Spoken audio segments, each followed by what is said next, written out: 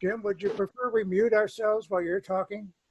Especially if you have any noise in the background or any possibility of noise. So if you have a dog that every once in a while runs in, you might want to mute yourself.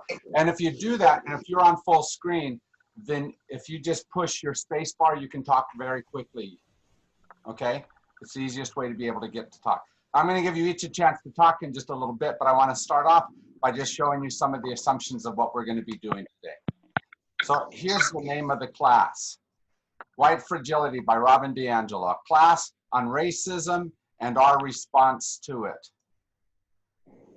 How many, when it talks about racism, as soon as it gets to that racism, have a tendency to say something like this, but I'm not racist.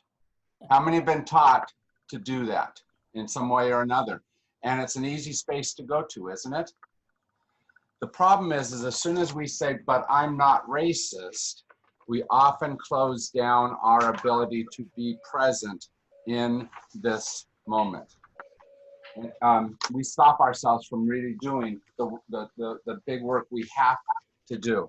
Sorry, I didn't notice I was skipping through things. I don't know what was going on. So let me just show you some different things. She starts off her book, not even the introduction, but the author's note to the book by saying the United States was founded on the principle that all, and she put people, but you know, it was written men, that all men are created equal. And then she talks about that because through the ages, we have struggled through trying to figure out what that phrase means. Our founding fathers, and I say fathers because they were, as a general rule, through most of our history, men that were doing this, struggled from whatever point of view they had, from whatever things they knew, whatever things were important to them, okay? They came out of the social principles that formed their core values. They came out of the beliefs and understandings that told them stories about life. They came out of the prejudices that clouded their view of the world and the people that were in it. And maybe most importantly, they also came out of their inability to easily see out of those things I just named. And we have that same space here. This class is not a referendum on your behavior as an individual. Okay? It's not about whether you're racist or not. In fact, I think that term racist is always a corporate term when it's used best. It's about the structure of the society we live in and from which we profit. And we profit in many and different varied ways. But it gives us a different set of choices and opportunities from others around us. Ones that are often provide us with privilege. And we'll get back to privilege in just a second. So I hope this class will challenge us regarding our compliance to that system in which we are born and raised, either explicitly or implicitly, overtly or by silent acquiescence and acceptance of the privileges that are given. It is not saying, none of this should be taken as saying that we are evil people in any way at all, but that we profit from a biased system. And unless we intentionally try to be, as Ibram Kendi said, try to be anti-racist, then we easily perpetuate the system which hurts other human beings around us. Okay? Does that make sense, all of that I just said? It's a lot of stuff. Yes. Yes. But just know that's the basis that from which I think we have to start. So to do that, I'm going to have you introduce yourselves, but I want you to do this first of all. Let me get off of here so you can see each other's hands. And if you go from speaker view to the participants view where you can see everyone, I want you to see this in each other. How many of you are in a better relationship with race and diversity in America than your parents or grandparents? We are, right? We have figured out some things in our lifetime and we're moving somewhere. How many are better than your younger self? Right? Even you in where you were at have learned and grown. And so what I want you to do is introduce yourself today. And I want you to tell me about one thing that you've done that's taken you further down that road, that the road of racism and our role in it. Okay? And so what I'm going to do is I'm going to pop up the participants list for me. And there's 26 of us on here. And I'm just going to go down that list. So I don't know what order's in, but if I skip over you for some reason, when I get to the end, you yell at me. So the first person up is Dixie. So Dixie, just do two things. Say, I'm Dixie Siegel, so everyone can see you. I mean, can hear you. And then tell us one thing, one stride you've taken on this road. I'm Dixie Siegel, and what comes to mind, I guess, is helping at the refugee center. That really helped me understand more about what it felt like to be marginalized on so many different levels there at the church. Thank you so very much. Art.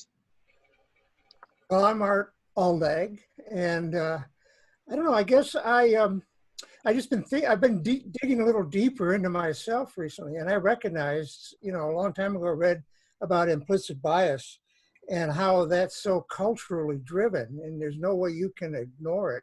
So I've been trying to. So that's why I was asking about racism, because at that level I'm racist, but I think there's a distinction that how you act with those impulses that come through you, your feelings, that's important. That's right. We're gonna get to that. So quit stealing thunder. Okay. Back to you. Earl. Yes. I guess my life has not been tied up too much with different races. However, my mother was very open-minded and tried to introduce me to Black people where she could. Although coming from North Dakota, we didn't run into too many. So I don't feel that I'm racist at all. Yeah. Earl, my background is somewhat similar. There weren't a lot of Black people around us, but my mama still warned me, says it would be much harder if you get in a relationship with a Black woman. And so it was just an implicit thing that she felt she had to do as we move through life. I think Sandy wants to say something here now too. That's who I was going to call on next. Sandy. Yes, I was raised in the same household, but very different circumstances, with a younger sister, 10 years younger. And she keeps writing to me with the N-word. And I said, this will not be acceptable. I have put up with that for too long. Please think about this. And then I gave her some things to think about. But I won't put up with it anymore. Thank you. Harvey. Oh, my father was a real racist. He really was. But I watched him turn 180 degrees because of the influence of our church. So I think some of you who have been around Tucson may have known Don Cook. He was our pastor in those days. And I literally saw my father change in front of me. In 1963, when I graduated from college, Don Cook and I watched the march, Martin Luther King's march, and his speech up on the Lincoln Memorial. And after that, I went home and I found a book on a bookshelf in a cheapy bookstore someplace. And I don't even remember who the author was. He was not a great writer. He was a newspaper reporter mostly. But he wrote a little book called The Deep South Says Never. And for the first time, I understood that my father grew up thinking that Black people were less than human. And I think that's not untypical, Harvey, is that's part of what our history had. I mean, even legislatively, we wrote that they were only I think it was 3/5 of a person. Yeah, I always wondered what my father would think. I always remember Martin Luther King's famous statement, the baseline of racism is, would you want your daughter to marry one? And I always wondered what my father would think, knowing that he had 3 African-American great-grandchildren. Right, right. And those are great steps that we've taken beyond that. Judy. Is Judy? I didn't, is there more than one Judy on? Jim? Nope, that's you. Okay. I meant the amazing Judy. So that's No, that's not true. I think one of my most amazing times was when I was had the privilege of having a Black woman as the principal of my school, and I understood very quickly that she was carrying, or it felt to me like she was carrying the whole race with her as she did her work. That she was being the example, the ideal of what it was to accomplish that in her community. And then we got to be the kind of friends who would go walking after school. And so we would walk around the park a few times, and our kids were about the same age. And so we had conversations that I treasure to this day, because she was so open and willing to just be herself. And it's had a lasting impact. Thank you. Sorry, I just got a note from Kay that she's trying to come in. So as you continue to talk, I'm going to try to get her in to see us. So I'm up to Mary. Oh, Harris. Yes. I don't know what it was from the time I was a child that different people didn't seem to make a difference to me at all. They were people.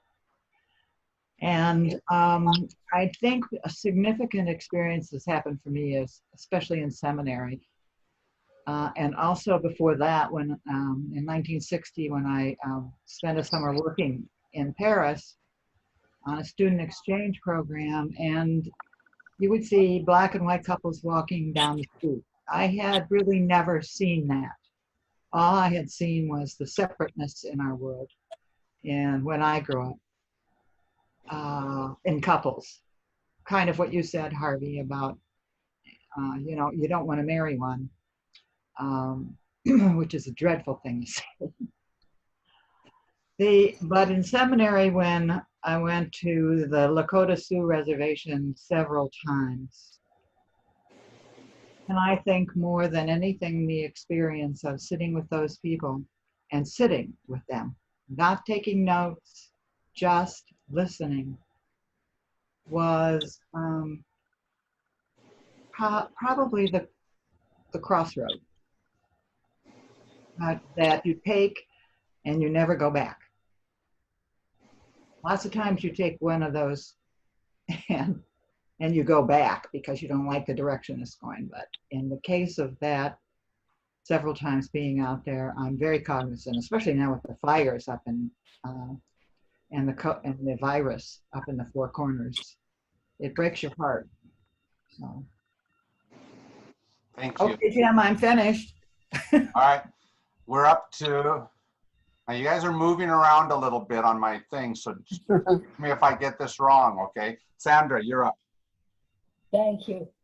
My name is Sandra, and I grew up with very contrasting family grandparents. My maternal grandfather was raised a Quaker, and his family were part of the Underground Railroad, and also very big advocates for women's right to vote. And my father's side of the family were very much the opposite. So I had to kind of find my way, and it was interesting. I was talking with an African-American girlfriend the other day, and I had to write her an apology note for not standing up for her a number of years ago when she came to lunch and was in tears because she had been stopped on the interstate because she was Black. and we all were very solicitous of her, but not one of us offered to go down to the police station and voice any kind of a complaint. And I thought, we should have said something. The other thing I wanted to point out was today's paper in the opinion section for white people, time for some tough conversations, an article by Teresa Crimmins, who is a Public Voices Fellowship with the Opt-Ed Project. Nice, nice. And just so you know, Sandra, I hope that this will be a tough conversation, that it won't just be simple, I've done it all right, it's Yes. been perfect for me. I hope that it truly is that which forces us into the difficult, challenging parts of life, right? Having said that, the next one on my list is Leticia. Let's see. I was brought up in a Hispanic home. I can't say they were racist, but they said a lot of racist things. My mother grew up in Paulsboro, which is a little mining town between Douglas and Bisbee, along the border.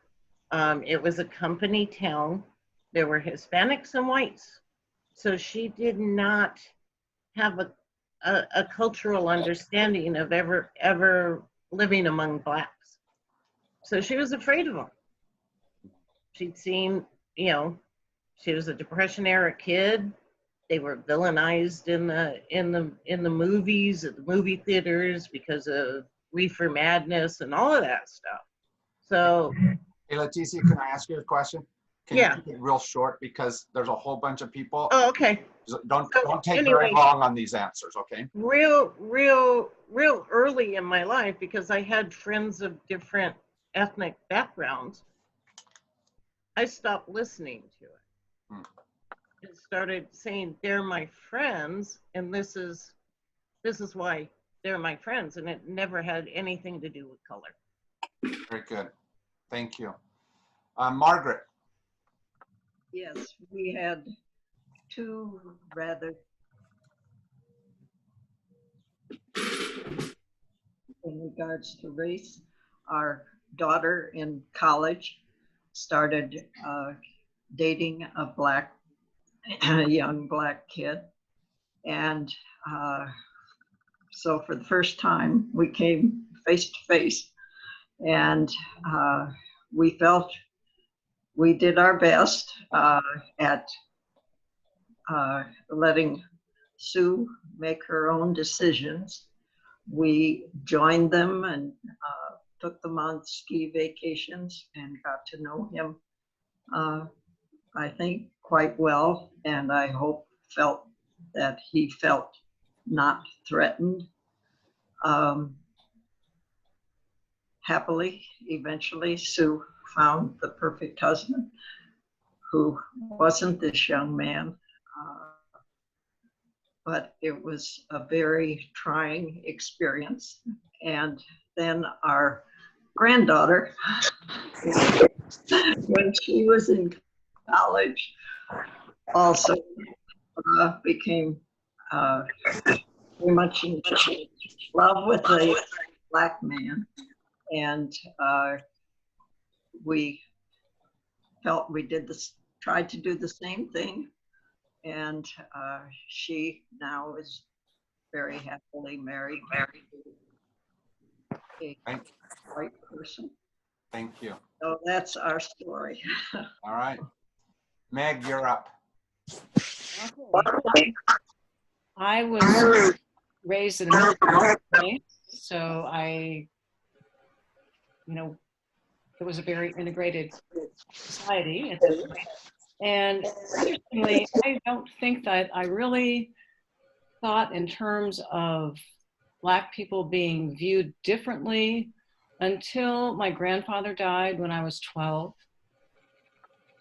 And one of the things that my mother was really proud of, and speaking of her dad, was that he owned a small mattress company, and many of the people who worked for him were African American, and she felt that he had always treated them equally and saw them as being equal. And I think that was the first time that it ever occurred to me that not everyone thought of African American people that way. Took me many years, I think, to kind of come around to actively doing something. But then when I did get involved with my church in Illinois and mentor a young man, a young boy, he was 9, and get, more directly involved with his family over the course of like a 9-year period, that I think I got a little bit more of an understanding of some of the challenges that his people face. And I, basically throughout most of my school life and my career, I haven't really had a lot of opportunity, exposure to a lot of diverse people.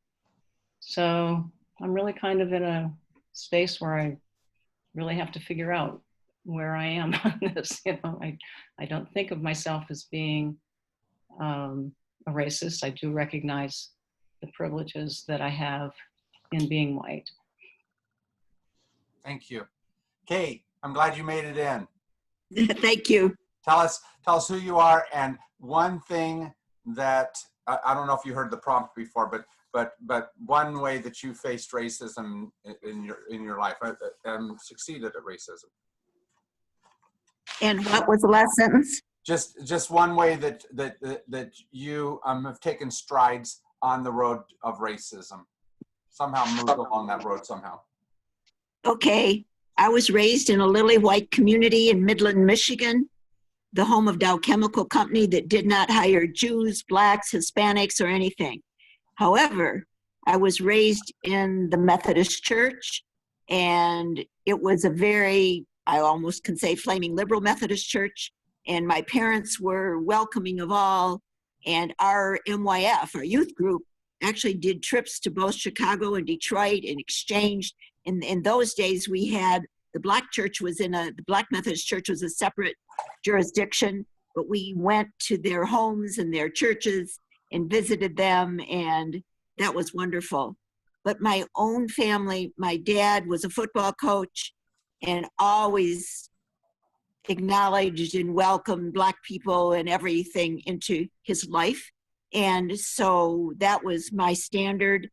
The first time Jim and I, as a married couple, we had an exchange student from Madagascar when we were in medical school. So that's, 35, 40 some 50 years ago, a long time ago now.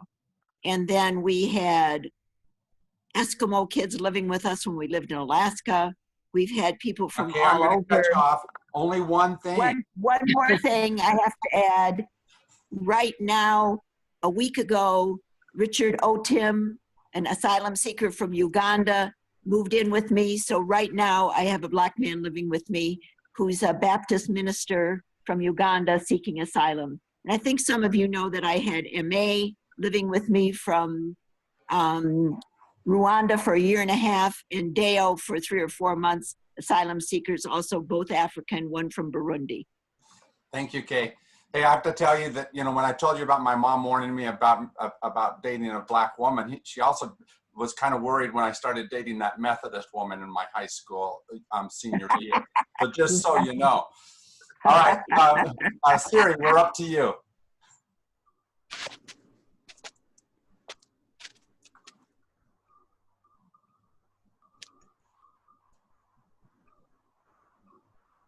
You're muted still, Siri.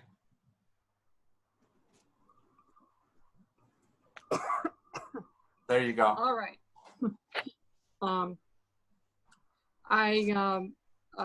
In my late 20s, early 30s, I became friends with someone who just was from a very different walk of life, and he was Black, and I had known people of color before. I'd been married to some before, but anyhow, I mean, I'm a professor's kid, and he had grown up and still lived in the South Bronx in subsidized housing, the projects there, and he worked as a counselor and was helping runaway teenagers to get off the streets and off of drugs and so forth, and anyhow, you know, it's just over time, over 25 years, I really got to know him because I just took the time and I opened my heart to you know, hear what he went through and what it was really like. And even though I'd known other people of color and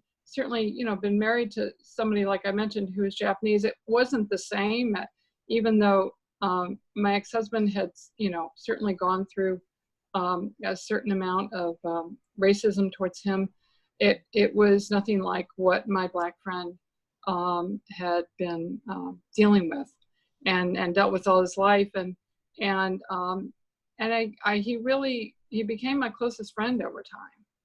And you know, it was because I was willing to suspend, you know, kind of expectations of, you know, expecting to travel more in circles of people who were, you know, had college degrees and so forth. And he didn't. But he was a really enjoyable person to talk to. And we just had, you know, such a way of relating that was easy. We both, you know, like jazz and some other things. And I still miss him today. Yeah, and he really became my closest friend. Thank you. Very good. Elizabeth. I think the most dramatic thing for me was when I went to a YWCA program on Martin Luther King Day in 2001, January 2001, and it was on unlearning racism. And the YWCA has been a leader forever in racism issues and dealing and trying to end racism. And out of that,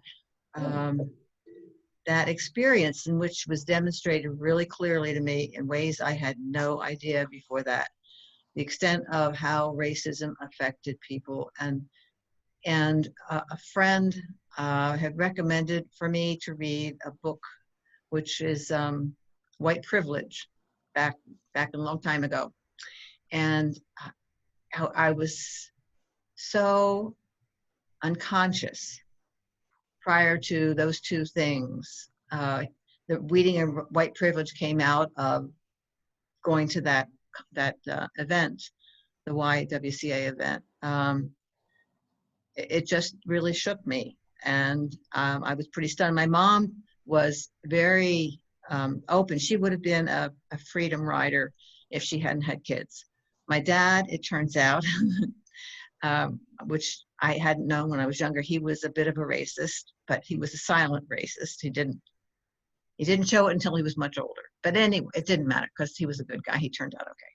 But this book, White Privilege, is really a guiding book in looking at, for me, the way in which I benefit by being white and why that is so devastating to the rest of the world, that's happening, that does happen, and people are unconscious of it, and why it's such a problem. So that's it for me. That's right, and that's much of what we're going to deal with through the course of this, is where is it that we don't recognize, and we'll get back to that in just a little bit. Next up is Garnet. Okay.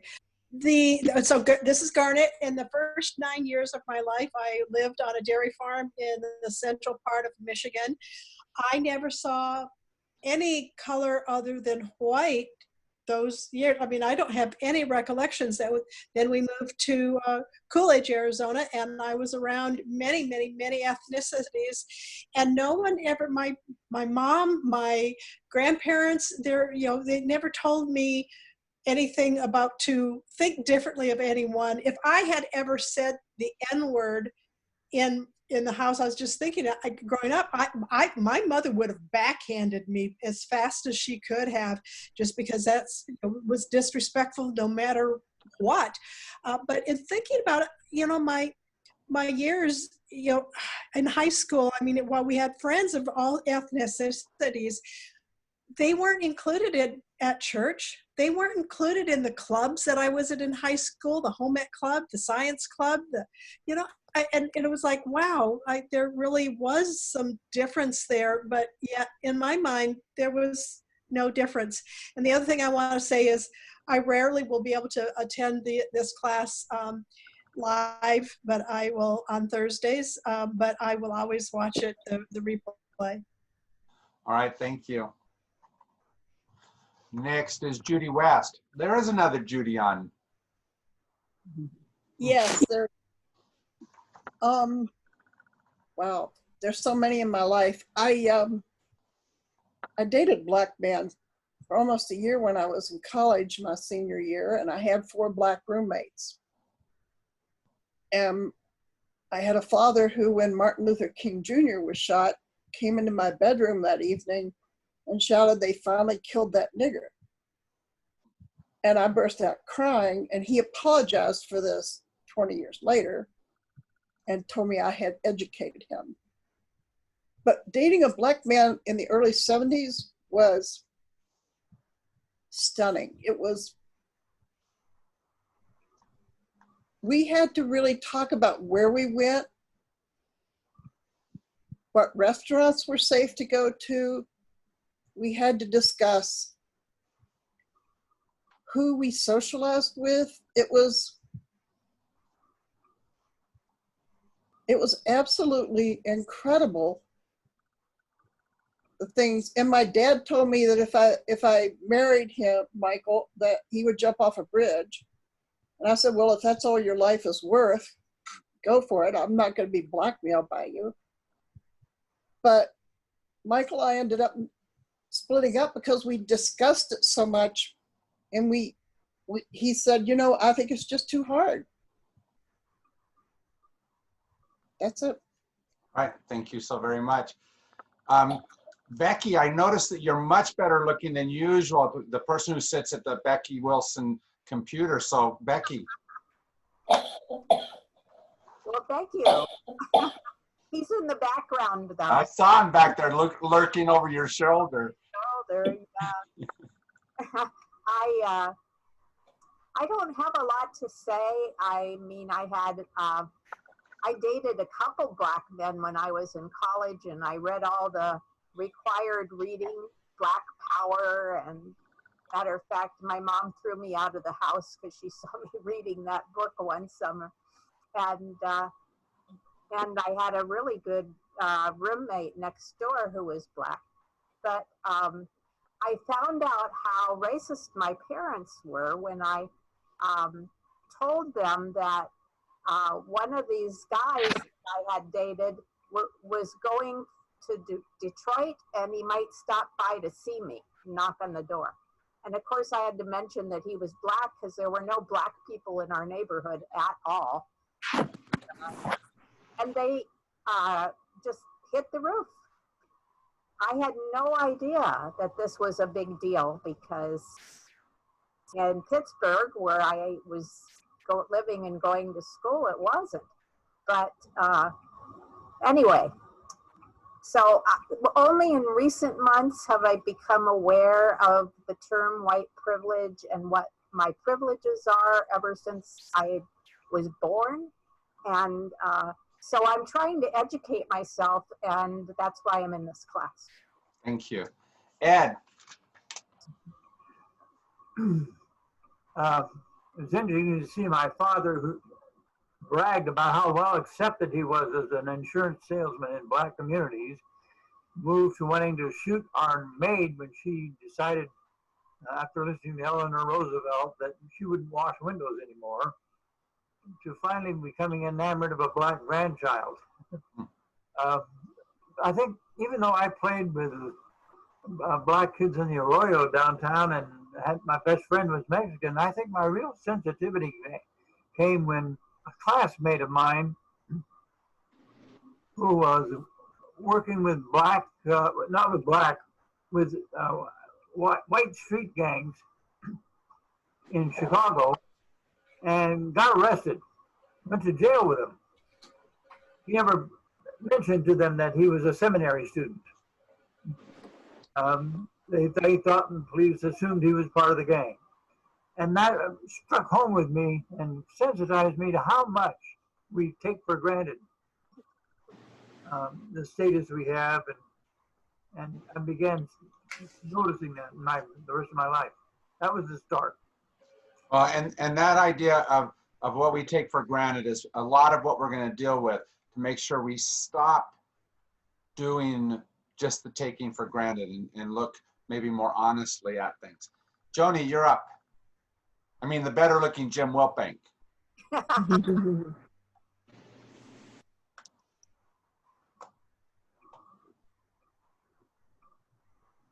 Hi, sorry, spacebar wasn't working.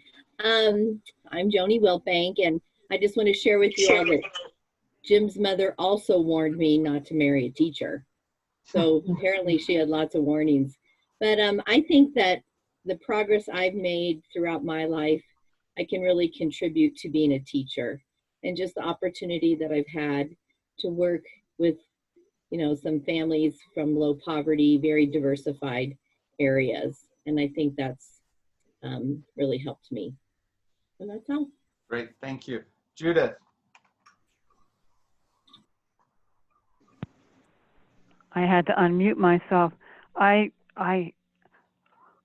narrowing it down to one thing, Sandra's thing reminded me of when I was in New York City and working with, I was a nurse, and the doctors went south to help fight for civil rights. And I thought, I don't have the courage to go and do that. I don't want to leave my job. And I thought I was so impassioned about equal rights for Black folks, but to put my body behind it was not it. And I did so much reading, just like Becky said, trying to expand my mind about it and keep informed about it. But I feel as if I've slid back here in Tucson because I don't get to interact with Black folks the way I did in New York and New Jersey. So I'm glad for this class to keep myself up to date. Thank you. Sylvia. Hi, I'm a friend of Elizabeth. I grew up in Canada, and it took me a while to recognize that in Canada, racism mainly involves Indigenous people or First Nations people. I came to the States to do medical training in Baltimore in 1980, and and was there in Baltimore for 20 years. And Baltimore has a Black majority population. And so I worked with a lot of Black people and had a lot of Black patients. And I think, the key is, I wasn't used to being around many Black people, but the key is getting to know individuals. I think we tend at first to be afraid of anybody who's different. But once we get to know them, often that fear goes away. But I had never seen poverty like I had seen in West Baltimore in the Black community. And so I've been in the process of educating myself over the last 40 years about the history of racism in this country. I'm a dual citizen. I was actually born in Maine, but I grew up in Canada. And I've just come to appreciate more and more how racism is ingrained, in the founding of the country and in all of its systems. And how we're those of us who are white are just privileged by the color of our skin. Thank you. Thank you, Sylvia. Now I have two Lauras. Which one wants to go first? You have to unmute though. All right, I'll jump in. All right. So I'm Laura Aldag, and some of you know I live out in Raleigh, North Carolina now. And I think a pivotal moment for me on this journey towards awakening to all the systemic racism in our country was a couple of years ago. I was going to see a play with a couple of girlfriends, and we were taking the back roads because it was more scenic. And my friend Teresa was driving. I was sitting up front with her, and my friend Liz was in the back seat. And we were having such a great time. We were looking at all the barns and the old farmhouses that Teresa, who was driving, was swerving a little bit. And a police officer saw this. And the next thing we know, we're being pulled over. We're out in the middle of the country in North Carolina. We're getting pulled over. Teresa, the driver, was embarrassed. Me, the passenger, I thought it was really funny. My friend Liz, who was sitting in the back seat, is African American. I learned after the incident she was terrified. And that's when it hit me how different she saw that situation than I did. And that was sort of the beginning of me really waking up to what's going on in this country and change. Thank you, Laura. Appreciate it. That's my old boss. Just I mean, not that she's old. Other Laura. I grew up in a conservative household and in a conservative Lutheran church, and my father was a terrible racist. I know that he would say the circumstances of his job created his racism, but either way, he was very disrespectful to African Americans. Although my father was a loving, good man, I never thought of myself as a racist, although clearly I was socialized with implicit bias. And I also just want to educate myself and understand, you know, the white privilege that I know that I've had all my life. So that's why I'm here to learn. Good. Thank you so very much. Nancy. I've been taking classes in the last few years. It's nice to be retired, so I have time to take classes on anti-racism. So that's been helpful. And I truly think it's up to white people to educate each other and ourselves to change anything, because I think we've relied on minority people to educate us for a long time. And I don't think that's the answer. And this Robin DiAngelo, I just think she's an amazing writer and just an amazing woman. She has a lot of podcasts out and YouTube. So I'm excited about the class. Thank you so very much. Appreciate it. Wendy. Well, I was going to mention the same class that Liz did because we took it together at St. Francis in the Foothills, given by the YWCA. And one of the things they did was survey all of us as to how racist we were, and we filled out little things, and most of us considered ourselves either not racist or just a little bit racist, and discovered that every single one of us, no matter what we said, had some racism in us. And I remember to see the effect. For a while, I dated a fella who was a 6'8" black cop in California. And yet when we went outside of Berkeley, because everybody in Berkeley knew him, you couldn't miss him. But we went to hear a famous local artist playing the piano and singing. And when we got there, some other police officers came in, some white guys, and he felt he had to flash his badge so that he didn't get into trouble with these other police officers. And I thought, that shouldn't be necessary. So that was a bit of a learning for me right there. Thank you. Thank you. Sue and Ted.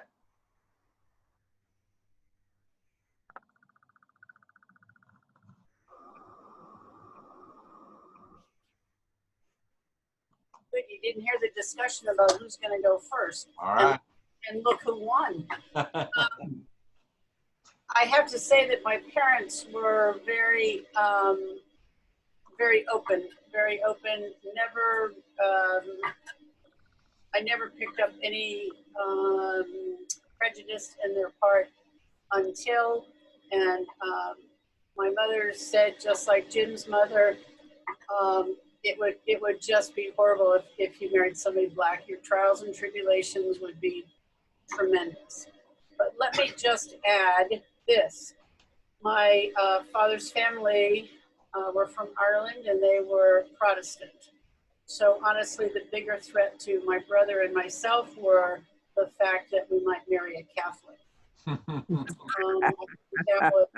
That was worse than, but I married a Lutheran, so we're good. So you failed no matter what you did. I'm just kidding. Exactly. Ted. Right. I'm Ted Knotes. I don't consider myself a racist. I was born and raised in El Paso, Texas, which was about 50% Mexican. We call them Mexicans. I've been able to hear everybody except. I never saw an African American until I went to school at the University of Mexico. And Can't hear you. And I became good friends with Don Perkins, who wound up being one of the best running backs for the Dallas Cowboys. And he was great. But my father, I don't think my father was racist. He kind of played the game because all of his buddies were really racist. When Texas Western won the basketball championship in the 50s, it was an all-black basketball team coming from El Paso, and that upset him quite a bit. Arizona played a football game in El Paso when I was in high school, and they had a black player on the team, and they wouldn't allow him to play. But I've been in the Marine Corps with African-American guys that are great. And like you're saying, I never even met an African-American until I went to Mexico. But I think they're getting a little love right now.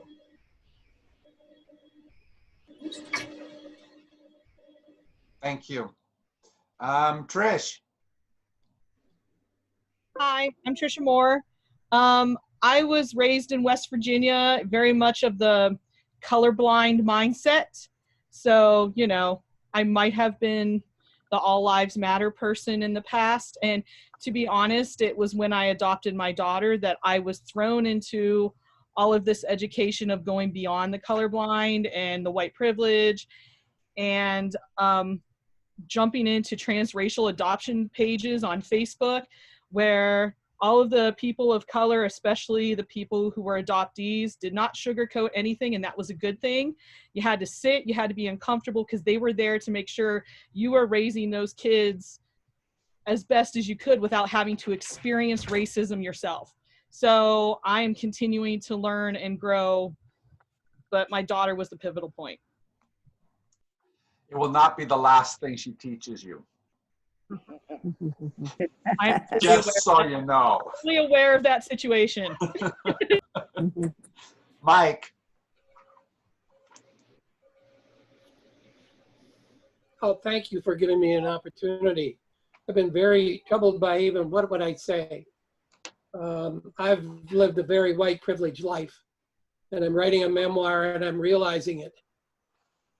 I think I was brought up with the idea of understanding discrimination.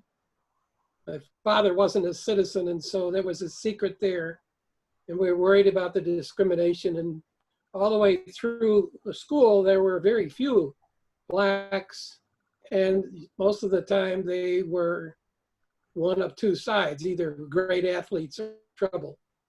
And but it's only been the last 25 to 30 years that I really realized how much suffering went on in the Black community. I think when I was younger, I either was unaware or unable to see how blacks were discriminated. I was in a retail business and I hired laborers all the time. And one of the things I've had to confront was only once did I hire a black person, and he lasted a week. The other men drove him out. And I was so unprepared for that. I had no way of figuring out how I could have defended that, nor was I ready to. But the life I lived was very much of putting blacks into the same category as Catholics or as Jews or as something other than what I was. And they were just part of the rest of the population, and that's the way it was. So I'm having a hard time coming to grips with this and as to how I can be different now. I can't change what went on in the past. What I learned about racism, I probably learned from my peers or other people, not from my parents, not from the people at the church where I belonged, not at the school that I was at for high school. And I went to an all-white college. So, I'm not really sure if that's answering the question because I wasn't here at the start. So I hope that's helpful or interesting to somebody. The good news is I've talked enough to your wife to know that you don't always answer the question right. Well, Mary, have you had a chance to talk yet? Who, me? No, Mary. She talked, didn't she, earlier? I don't know where she went. I don't see her on the screen. She's right underneath you. I'm just on my screen. Yeah, Mary. I did speak earlier. All right, that's what I thought. Quite a bit. So I just wanted to be sure. I didn't have it marked by your name, so. you Joyce, didn't, you're well, up. I can add something, I can add a lot, but you asked for only one or Yeah, two. but we'll get to all of it later on. You'll get plenty of chances to talk. Joyce? Hi.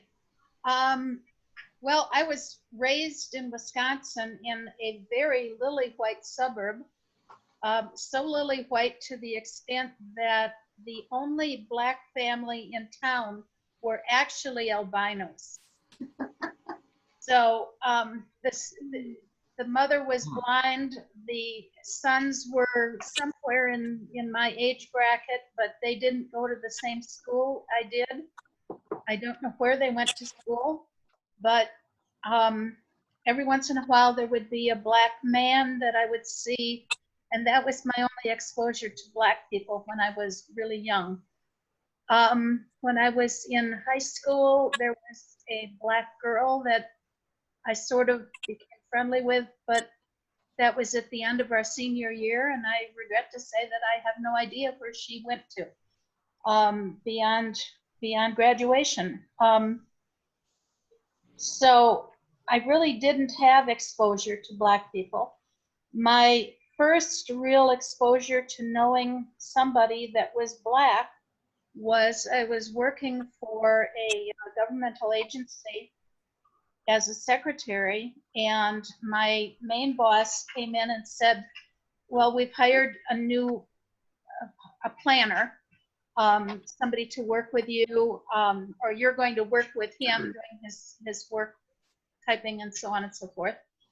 And so I hope everything will be okay. And I said, I'm sure it will be.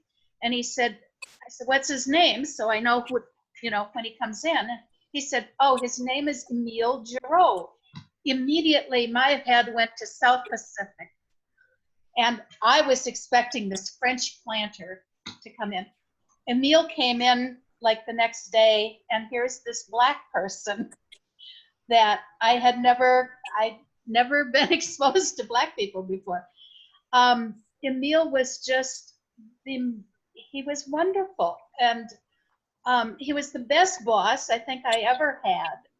He was the most considerate and polite, and he used to tell me funny stories, and he asked me a lot about myself, and at one point in time, he drove a really old crappy car, and it wasn't dependable, and he hated the drive from Milwaukee, where he lived, out to the suburb, which was about a 25-mile drive. and especially on ice and snow and that kind of thing that he just hated. And so I said, well, why don't you move to Waukesha? You know, just come to, you know, I'll find you an apartment out here. So I looked and looked for an apartment for him, and nothing was ever acceptable. He just, you know, I didn't like that area. I don't like this. I don't like that. And finally, when it really came right down to it, he didn't want to leave his community where he was comfortable, where his friends were and everything, to move out to the lily white suburb. And he felt bad about it, and he explained to me, you know, what was going on. So that was my first experience with anybody not just picking up and moving wherever they would want to live. Thank So that's it. All right, Paula, you get to bring us home. I think you're last.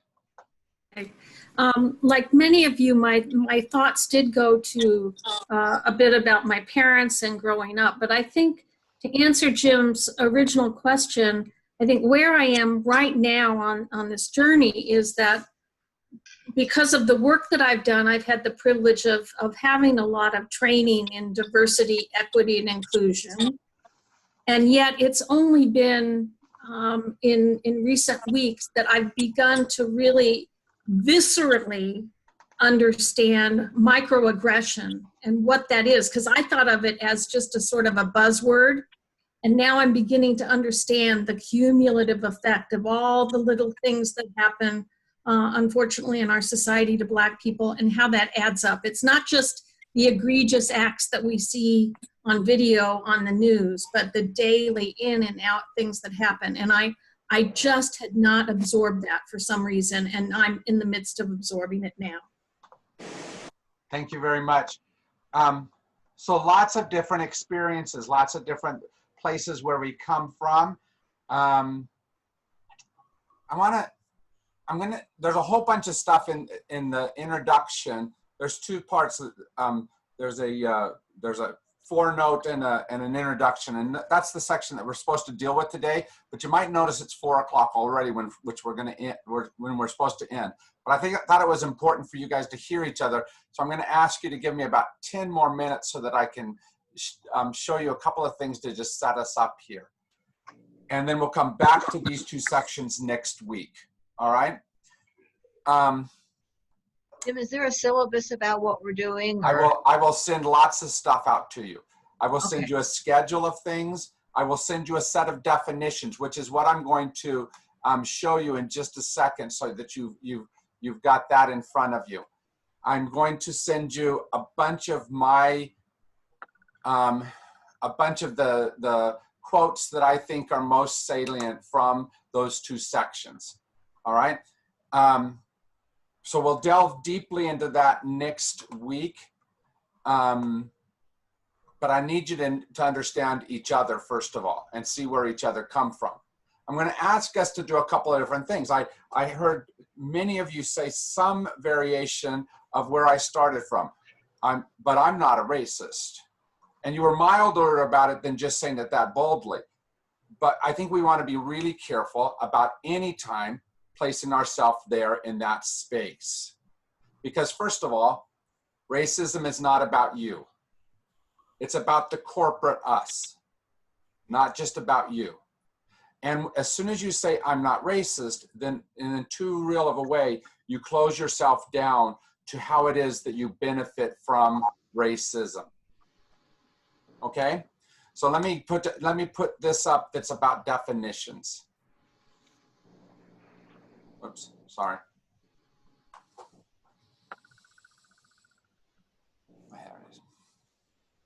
Can't see you, Jim. I'm getting there. It's coming. So, race, first of all.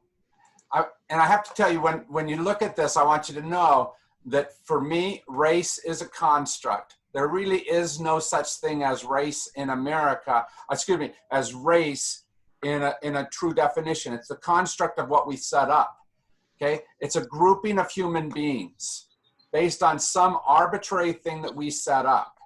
whether it's color of skin or economic space, but it's something that we've said is true that really isn't true. You can see that the term was first used to refer to speakers of a common language and then to denote national affiliations. Now we turn it into color of skin, a lot of different things, but the truth of the matter is race is us choosing to divide us into smaller things. Do you realize that all human beings come from one species? And not just one species, Homo sapiens, but actually a subspecies of that species called Homo sapiens sapiens. We are so much the same, but we choose to see differences and make that the stronger thing between us. And so racism is essentially, and you can see the things that are here, racism is the ways we try to divide ourselves into those different groupings of whatever sort. And here's the really bad part, this idea of being superior to one of the other sides of that grouping. Racism is where we somehow say somebody's not as good as. And there's several groupings, several ways that we do this. Systemic racism, which refers to rules and practices and customs that are somehow placed there that say that there's a law that says this about you and this about someone else. We have structural racism, where institutions set up ways that we relate to each other, usually in negative ways, because it perpetuates some type of inequality, some type of inequity, some type of division that isn't true. All right? And then there's the institutional racism that occurs within social and governmental institutions and refers to blocking people of color from getting that which we should all receive, having fair access to. Okay? So that's kind of where we're going to be starting at, is that type of thing. What is it that causes us to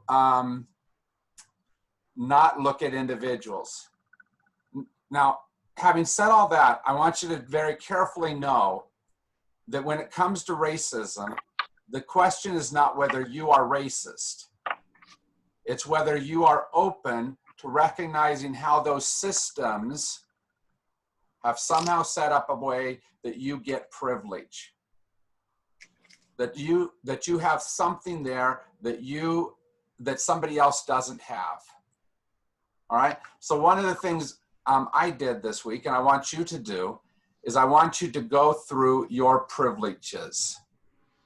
Go through the ways that you have something there that makes it so that you sit in a space that not everyone gets to sit in. All right? I'll show you my list in case you want to see it. You may not, but I'm going to show it to you anyway. Oops. Hold on just a second. I just have to find it here. So here's my points of privilege, just so you can see them. Sorry, I've got to get something out of the way so I can get to what I need to get to. All right.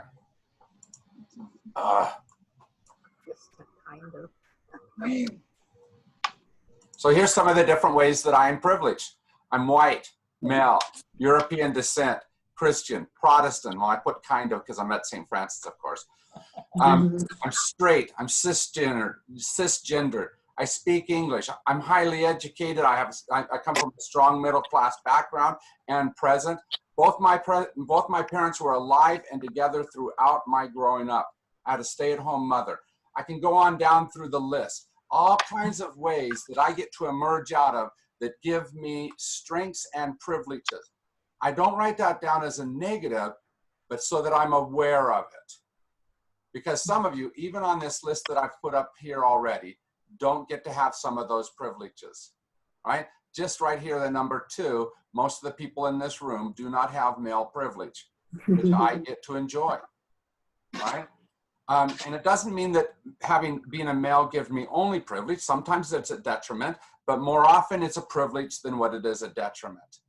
And so I want you to go through your stuff and be able to say, what is it that gives you privilege? What is it that you have? And I'm down to 21 now. The 21st that I put up there was being a pastor. Gives me privilege. I get to go into spaces and I can just say, I'm Pastor Jim, and people don't question me. What is it that you have that allows you to have privilege? And I want you to kind of make that list so that you're aware of that, and also write it knowing what it is that somebody else doesn't have. Okay? Now, I want to do one more thing with you before we end. And this is something I want us specifically to look at as progressives. Because when it comes to race relations, we do have some privileges there as progressives.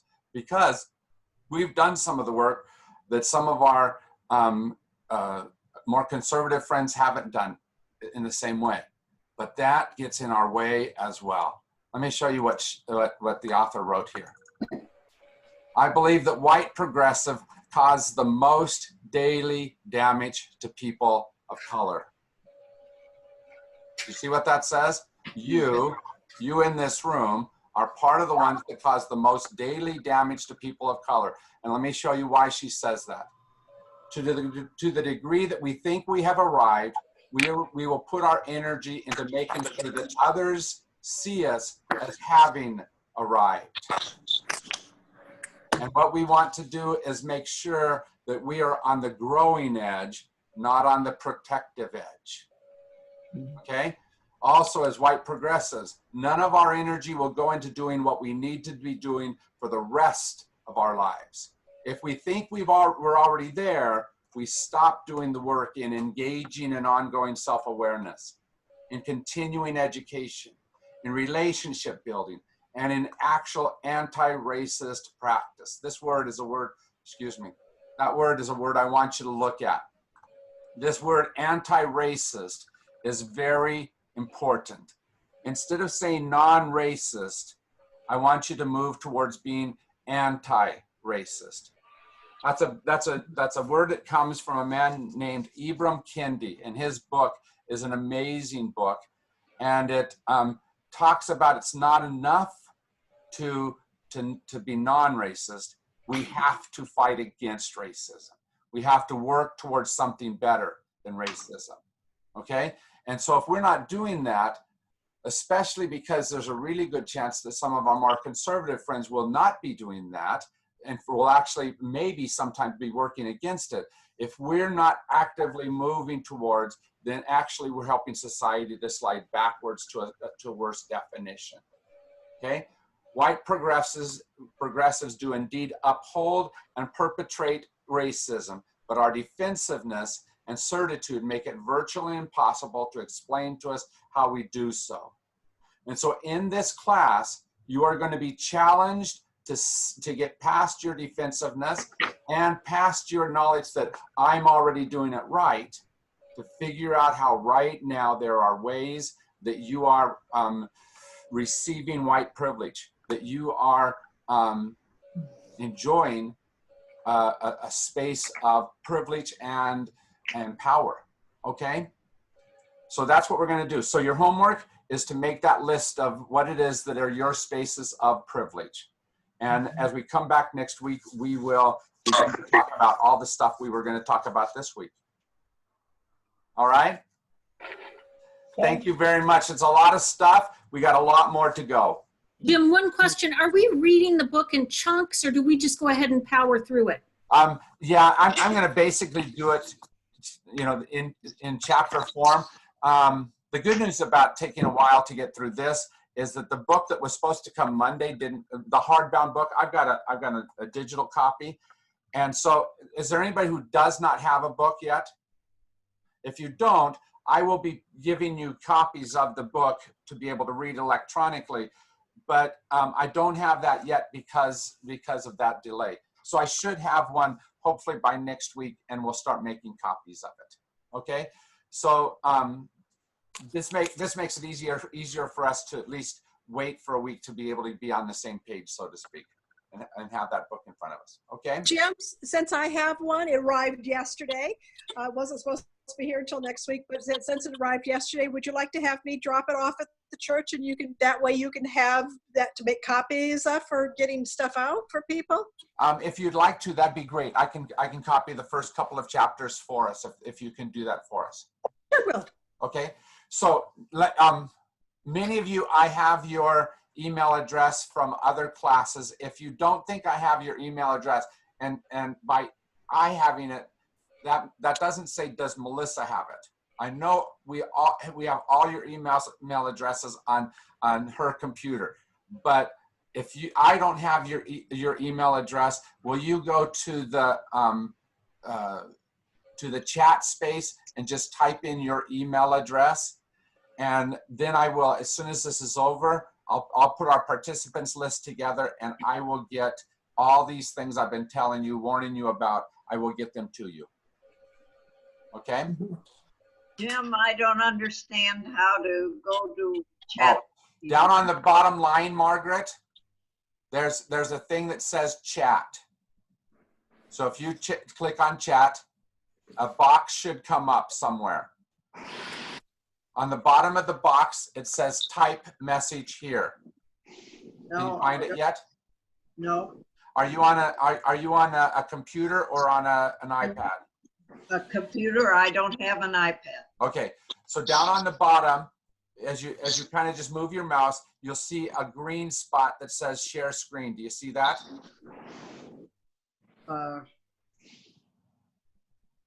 Open support chat. No. No. Chat. Move your mouse around, and you should see like a green thing towards the bottom of your screen, or maybe it's at the top, but it should be on the bottom probably, Margaret.